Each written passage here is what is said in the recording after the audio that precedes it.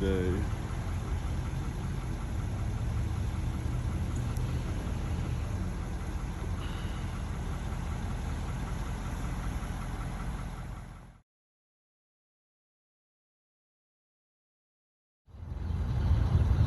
Friday morning in Oklahoma City, getting ready to leave, try to get out in front of the tornadoes and thunderstorms.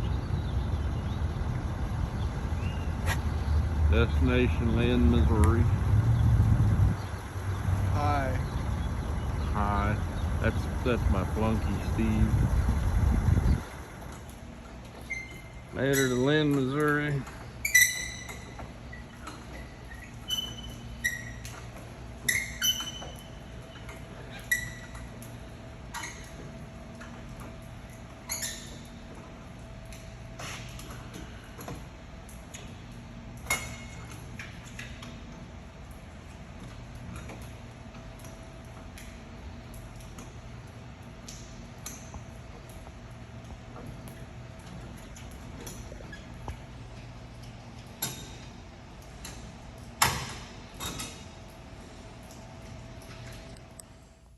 Rob G here with you. Finally get to tear into this beautiful beast. Got it here in the shop. The plan is to remove this lower jaw section.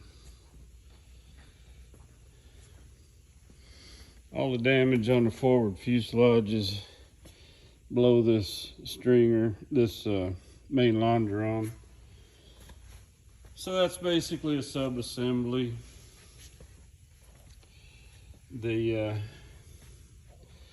Everything in here under the main longerons is bad. We knew it would be, so the plan is to remove that section from this fuselage that I have over here and just swap it out for now, and then eventually maybe when this other blue one's flying, get this one back together. So this entire lower assembly here, basically you remove this bolt that is in this angle here. You take this turnbuckle off of each side that went to the leading edge of the wing with this nut here. The worst thing on the left side, you have to take this oil cooler section out, and then that has the oil cooler outlet and the inlet for the genitral heater. So this stainless piece has to come out of there. Then you can get to these lines that run down through there. You take the fasteners out of this heavy piece of channel here.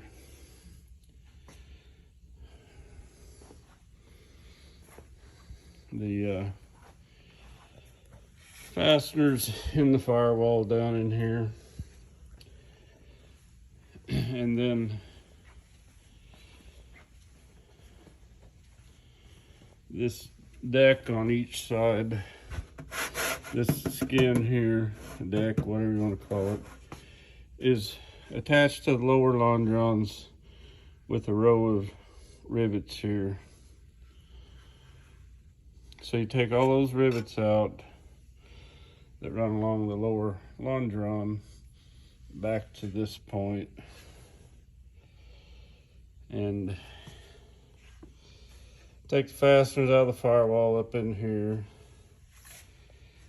and this whole sub-assembly drops out of here. So I'm building a fixture for the fuselage. It picks up the wing bolts on each side that go through the lower longeron. Back there located the tail. I built this jig so I can put a fuselage in there with the tail cone still attached. And then up here I still have to get machine shop to machine. This is the shaft that goes through the trunnions on the landing gear. So we're going to machine a pilot to go into this hollow shaft, and the shaft will go into the trunnion bearings down here. This is a shaft that the landing gear pivots on when the gear goes up and down. And then that'll stick through here, and then I'll machine end caps with a tight hole that fits over the piece that we're going to stick in here. And once that shaft's in place, the nuts torqued down, these pieces that are going to be machined will slide through here into the end of that, and then there's end caps that'll have a hole that fits tight over these pieces we're going to make, and then that'll just be bolted into here on the inside and outside on both sides, and that will locate the trunnions for the nose gear. I have this engine mount that didn't fit the blue airplane right because this box is shoved back and up a little bit. In a previous video you saw where this lower point was hitting in the wrong place on the nose gear box on that other one. It fit right into place on this, so this mount is true and this fuselage is true. So we are building the jig to fit this fuselage, and then any fuselage you put on it after that should pick up those same attach points and be straight.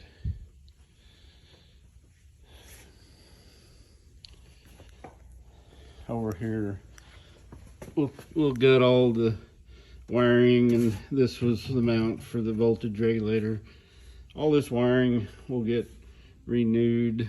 This stuff's older than I am by a couple of years anyhow. There's the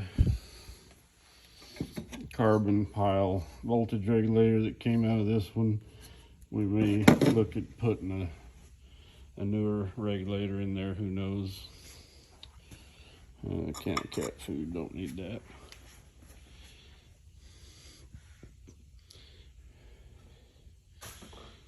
Poor old GB replica there is just gonna have to wait. There's a box that I built to put the outer wings and the rudder in when we trucked it here from California. 1900 plus mile trip. So I'll be tearing into this in the next few minutes. Since this is all bad anyhow, I'm just gonna run a piece of tape below this skin line, take a die grinder, split that skin, drill about a foot of the skin off, down, and then split it again so I can get in there and remove all the fasteners. Trying to do this without taking these side skins off. We'll see how it goes. It may end up that this big doubler, I might end up taking those off, but that really doesn't help too much. The skin underneath here is cut out a little bit, but there's not a whole lot that will help. It'll help you get into this area here is about it. So if I can do this without taking them side skins off, I'm going to. I'll just have to remove this row of rivets here and pull these skins down. So anyhow, I better get to it here.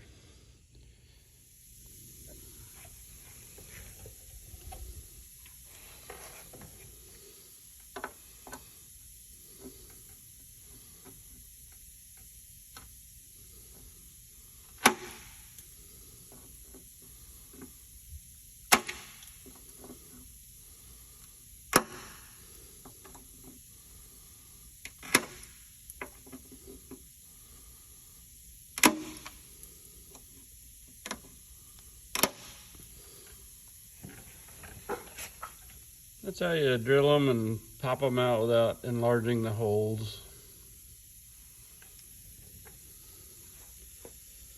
You can see all the nasty guts in there. We're gonna tear all that out of there, rewire it, redo the hydraulic stuff on the other side, sanitize it a little bit, and redo it when we put the other lower part on it and reskin it.